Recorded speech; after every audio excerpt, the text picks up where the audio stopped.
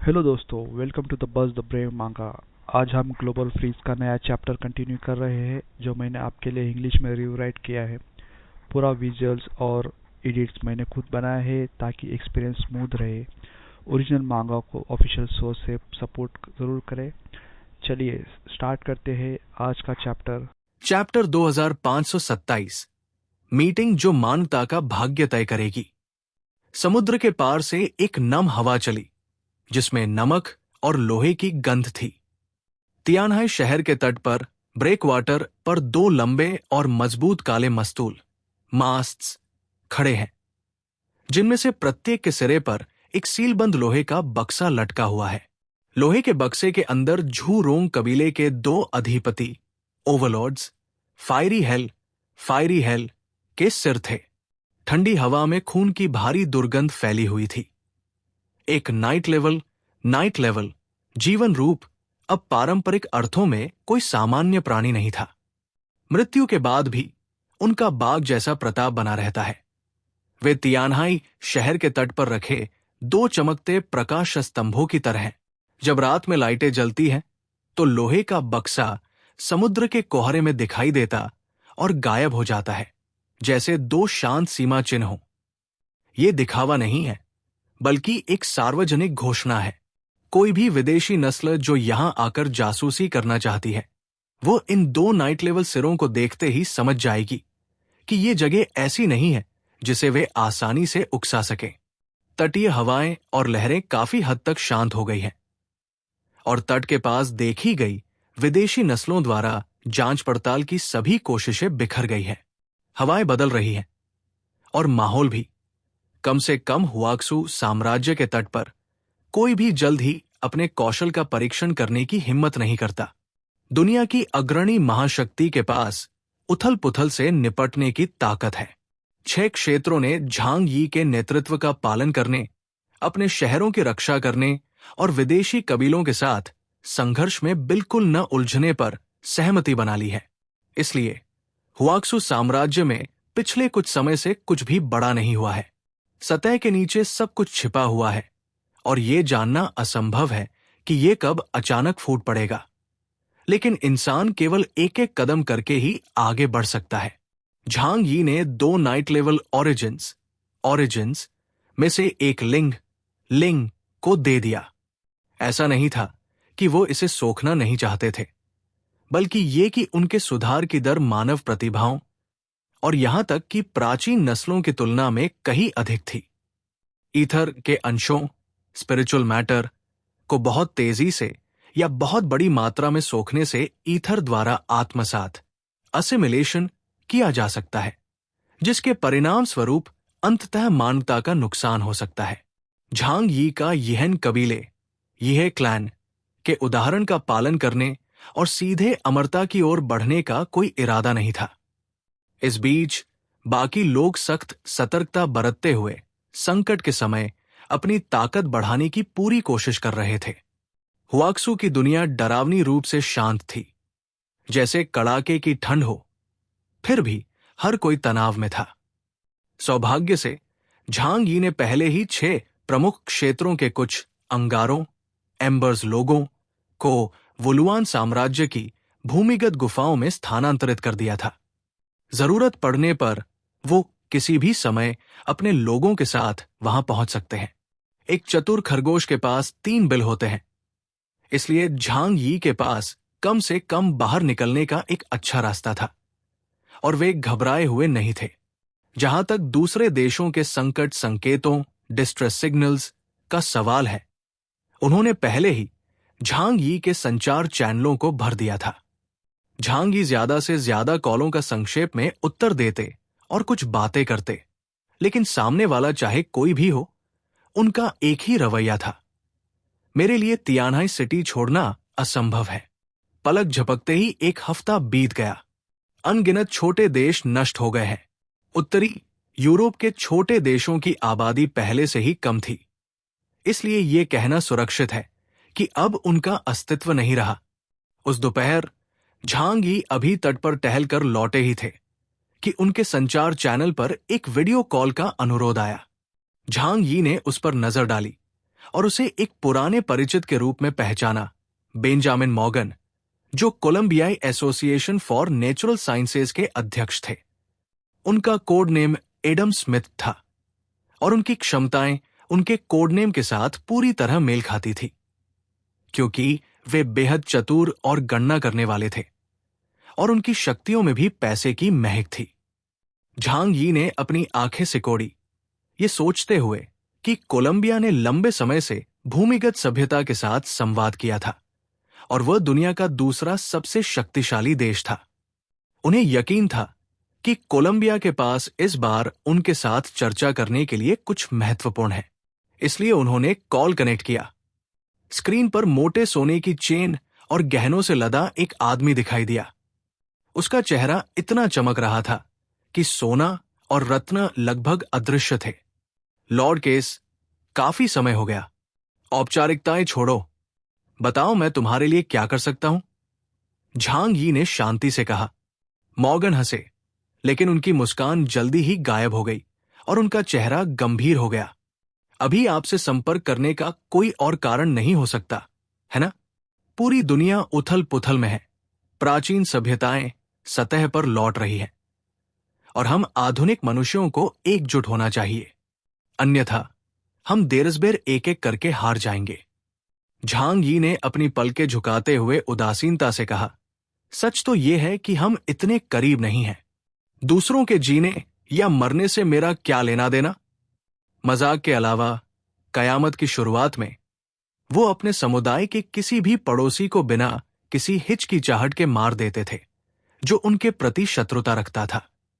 अब हम सब आधुनिक लोग हैं, तो हम इस बारे में बात क्यों कर रहे हैं कि जिन्होंने उन्हें अतीत में धोखा दिया वे सभी विदेशी एलियंस थे? वास्तविकता में हर कोई बस अपना जीवन अच्छी तरह से जीने की कोशिश कर रहा है। बड़ी बड़ी बातों का क्या फायदा? मॉर्गन ने कहा, ऐसा होते हुए भी प्राचीन और आधुनिक सभ्यताओं के अपने अपने रुख हैं। उनका वर्तमान लक्ष्य क्षेत्र को साफ करना है, और जब सभी प्राचीन सभ्यताएं अवचेतन रूप से आधुनिक लोगों को खत्म करना अपना प्राथमिक उद्देश्य बना लेंगी, तो कम से कम वे हमारे प्रति शत्रुता तो रखेंगी ही। तो फिर मानव इतिहास के पहले और दूसरे सबसे शक्तिशाली राष्ट्रों के रूप में हमें मानवता को बचाने की जिम्मेदारी उठानी चाहिए। झांग यी ने मॉर्गन की ओर देखा। इंसानों की तरह बात करो। अरे, आधुनिक मनुष्यों को एकजुट होना चाहिए, अपने संसाधनों को इकट्ठा करना चाहिए, एक वैश्विक सुपर यूनियन कॉन्फ्रेंस स्थापित करनी चाहिए, या यहां तक कि एक नया मानव राष्ट्र बनाना चाहिए जहां हम फैसले लें। क्या यह बहुत अच्छा नहीं होगा? झांग यी ने आंखें सिकोड़ी। यह वास्तव में एक बहुत अच्छा सुझाव था। साथ रहने से ठंड के मौसम को काटना आसान हो जाता है। सबसे बुरा यह हो सकता है कि कोई सत्ता छीन ले और दूसरों को चारे कैनन फॉडर की तरह इस्तेमाल करे। यह सुनने में काफी अच्छा लगता है। यह देखकर कि झांग यी राजी हो गए हैं, मॉर्गन ने सीधे कहा, मैंने एक ऑनलाइन मीटिंग बुलाई है और हर कोई आपके शामिल होने का इंतजार कर रहा है। चलो देखते हैं कि वे हम पर कितने निर्भर हैं। झांग यी ने थोड़ा सिर हिलाया और कहा, मुझे चैनल लिंक भेजे, मैं इसे देखूंगा। मॉर्गन ने तुरंत झांग यी को एक बिल्कुल नए ऑनलाइन मीटिंग चैनल में खींच लिया। झांग यी विला में वापस आ गए, ये देखने के इरादे से कि क्या हो रहा है। जैसे ही चैनल स्विच हुआ, एक दर्जन या उससे अधिक प्रोजेक्टर एक के बाद एक जल उठे, जो समुद्र और समय क्षेत्रों से अलग थे, फिर भी सभी एक ही वर्चुअल स्पेस में जमा थे। ये एक विशाल कॉन्फ्रेंस रूम जैसा स्थान है, जिसमें सीढ़ीदार गलियारे बाहर की ओर फैले हुए हैं, जबकि मुख्य क्षेत्र में केवल कुछ ही सीटें हैं। हुआक्सू साम्राज्य के झांग यी और कोलंबिया के बेंजामिन मॉर्गन दो सबसे केंद्रीय सीटों पर बैठे थे, जैसे दो राजा अपने सिंहासन पर बैठे हों। झांग यी सोफे पर बैठ गए। उनकी नजर उदासीनता से अपने आसपास के माहौल पर घूम रही थी। जैसे ही वे अंदर आए, रोशनी की किरणें चमकी, जिससे विभिन्न गुटों के प्रतिनिधि सामने आए।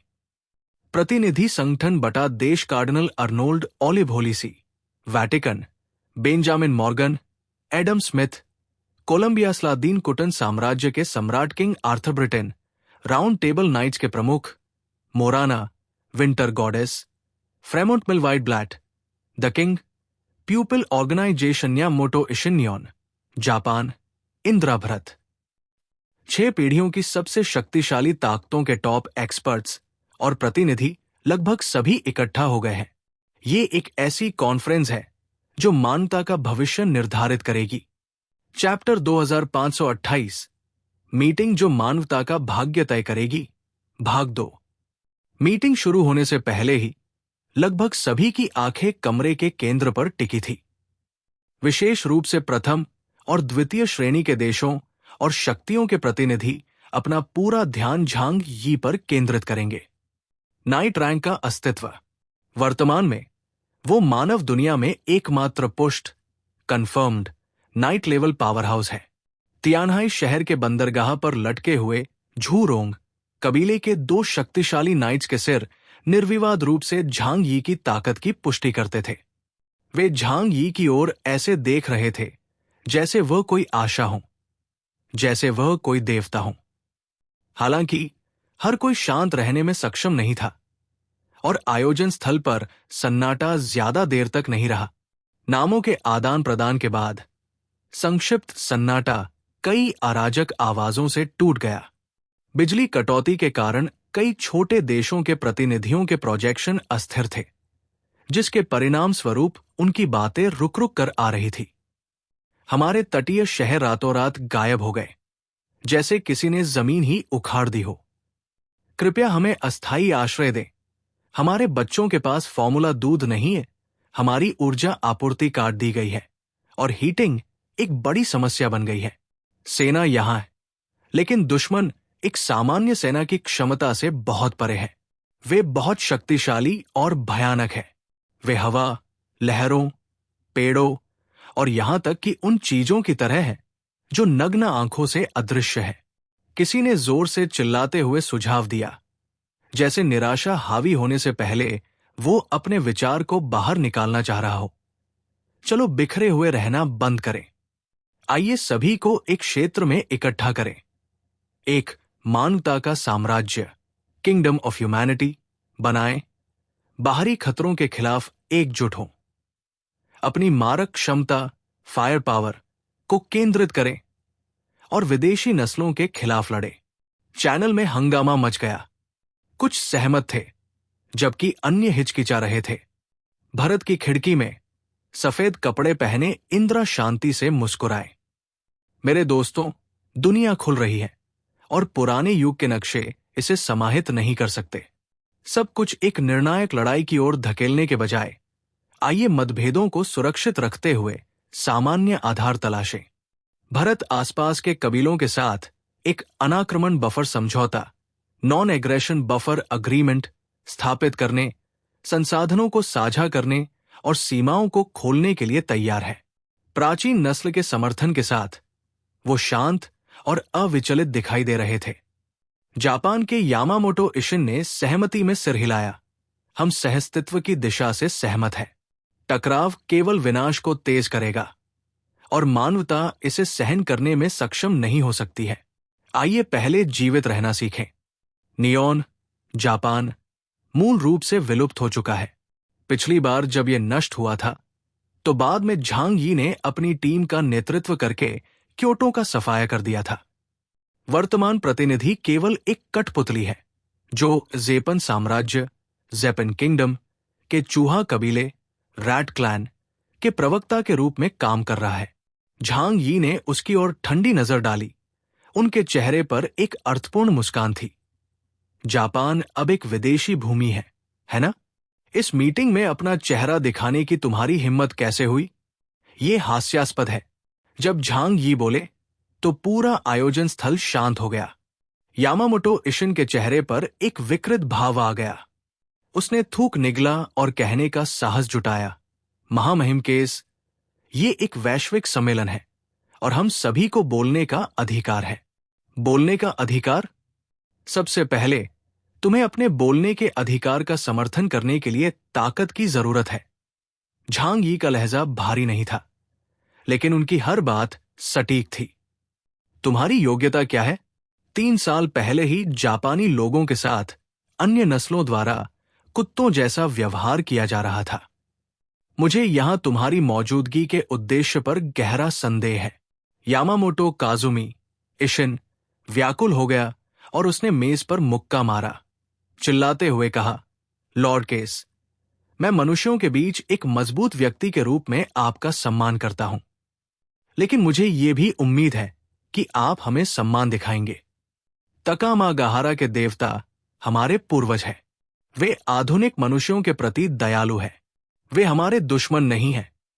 प्यूपिल ऑर्गेनाइजेशन के मी हुआई दे मिलवाइड धीरे से हंसे, जैसे कोई नाटक देख रहे हों। कमरे में उपहासपूर्ण हंसी गूंज उठी, क्योंकि झांग यी पहले हंसे थे, इसलिए अन्य लोग भी पीछे पीछे हंसने लगे। यदि हम मानवता के अन्य राष्ट्रों पर पूरी तरह भरोसा नहीं कर सकते, तो हमें एक अलग नस्ल पर भरोसा क्यों करना चाहिए? कम से कम झांग यी के मन में चूहा कबीले के प्रति कोई अच्छी भावना नहीं थी। अर्नोल्ड ओलिव ने अपने घुटनों पर पवित्र तलवार रखी हुई थी। ऑनलाइन मीटिंग में भाग लेते समय भी वो हमेशा तत्परता की स्थिति में रहते हैं।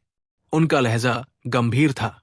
बेडिगो, द बाइटाइन उन सभी की रक्षा करेगा जो शरण लेना चाहते हैं, लेकिन हम ये भी समझते हैं कि अकेले पवित्र धर्मसभा होली सी की शक्ति सीमित है।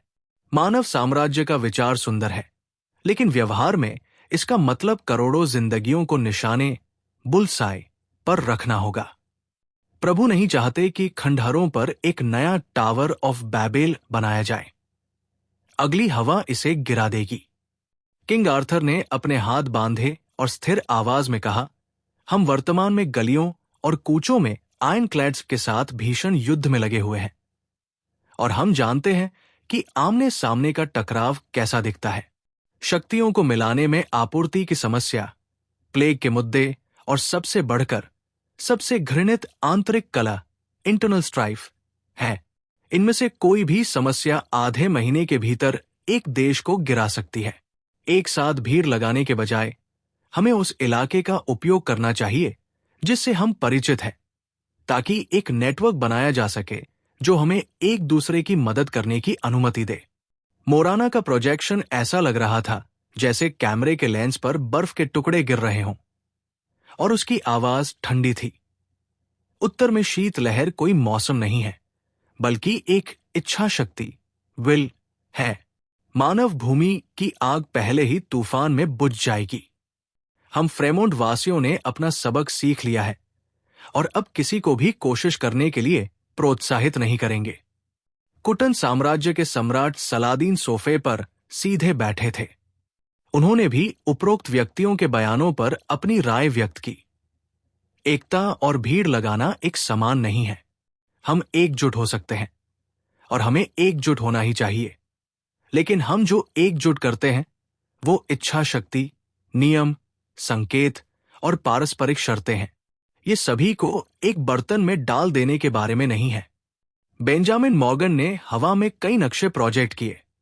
दुनिया भर के प्रमुख संघर्ष क्षेत्र, ज्ञात विदेशी वंशावली और गहरे समुद्र व भूमिगत मार्ग।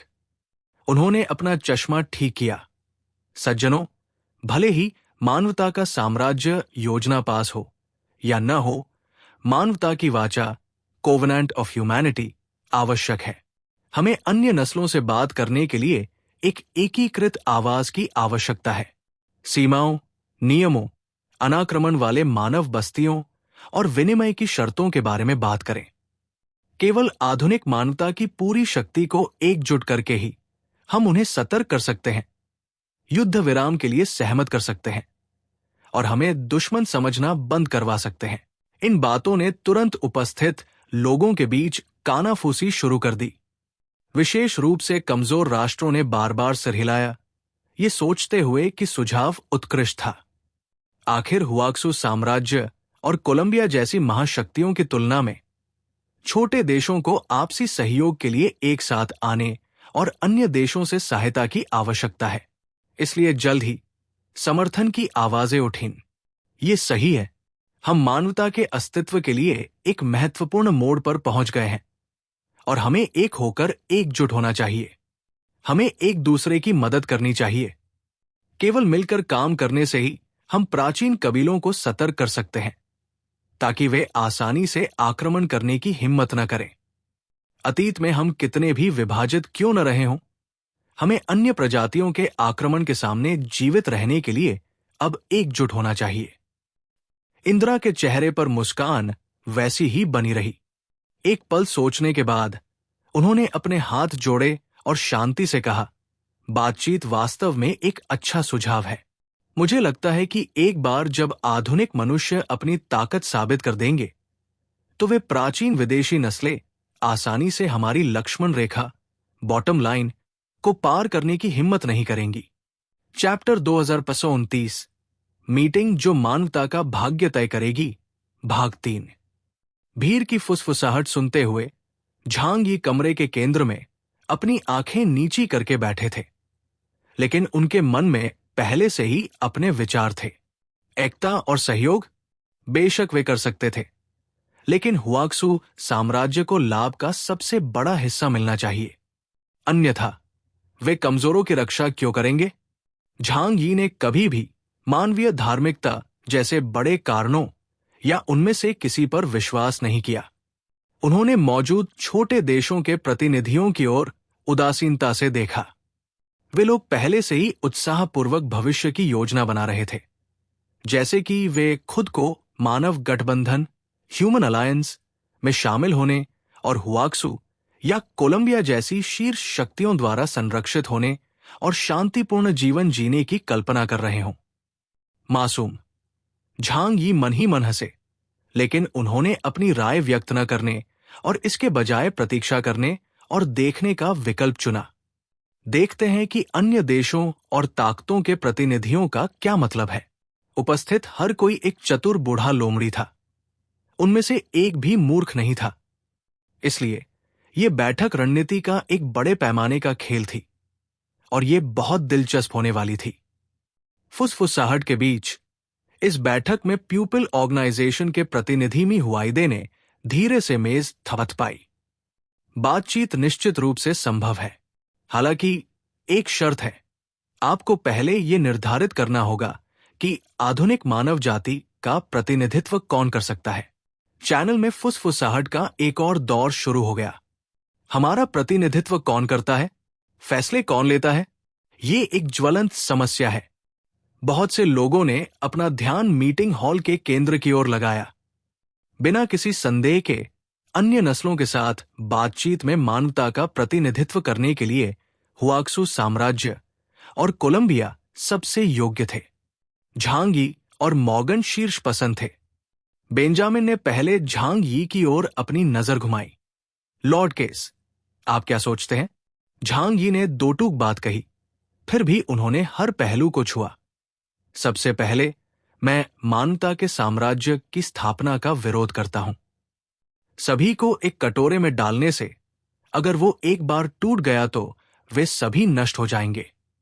हमें जीवन के एक वितरित नेटवर्क, डिस्ट्रीब्यूटेड नेटवर्क की आवश्यकता है, जहां प्रत्येक व्यक्ति अपने क्षेत्र की रक्षा करे और दूसरों की मदद कर सके।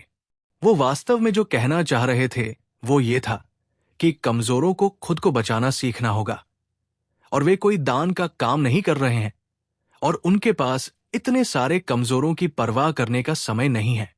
वे देश और ताकतें जो हुआक्सू से कमजोर थी, वे विदेशी नस्लों के आक्रमण का विरोध करने में पूरी तरह असमर्थ थी, इसलिए उनका विनाश अपरिहार्य था। पृथ्वी पर कई चीजों की कमी हो सकती है, लेकिन इसकी आबादी बहुत बड़ी है। यह पूरी तरह से स्वीकार्य है कि उनका हुआक्सू साम्राज्य 6 पीढ़ियों तक उनके वंश को जारी रखने के लिए जिम्मेदार हो। इन शब्दों को सुनकर कई राष्ट्रीय प्रतिनिधियों के चेहरे बदल गए। जो पहले खुश थे, उनकी प्रतिक्रियाओं को नजरअंदाज करते हुए झांग यी ने बोलना जारी रखा। दूसरा, मैं बातचीत के खिलाफ नहीं हूं। यदि हम एक समझौते पर पहुंच सकते हैं तो हम लाखों लोगों की जान बचा सकते हैं। यदि हम नहीं पहुंच सकते तो हम फिर से लड़ सकते हैं। बातचीत आत्मसमर्पण नहीं है, ये चाकू को हमारी गर्दन से हटाकर मेज पर लाना है। उन्होंने अपनी तीसरी उंगली फैलाई, लेकिन उनकी नजर बेंजामिन मॉर्गन पर टिकी थी। तीसरा, आधुनिक मनुष्यों का प्रतिनिधित्व कौन कर सकता है? ये चर्चा के लायक प्रश्न है। सबसे पहले हमें यह निर्धारित करने की आवश्यकता है कि मानव प्रतिनिधियों को किन योग्यताओं को पूरा करने की आवश्यकता है। सब लोग। आपको क्या लगता है कि किस तरह का व्यक्ति पूरी मानवता का प्रतिनिधित्व कर सकता है? झांग यी ने वहां मौजूद सभी लोगों पर अपनी नजर डाली और हर कोई एक पल के लिए दंग रह गया। ऐसा मानक स्थापित करने पर आम सहमति बनाना वास्तव में कठिन है।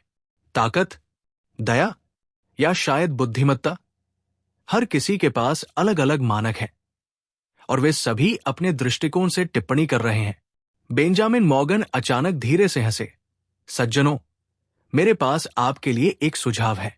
समय कम है और हम इस मुद्दे पर बहुत अधिक समय बर्बाद नहीं कर सकते। प्रतिनिधि के रूप में किसी विशेष व्यक्ति को चुनने के बजाय हो सकता है कि अन्य लोग सहमत न हों। इसलिए मेरा सुझाव एक प्रतिनिधि मंडल, डेलीगेशन बनाने का है।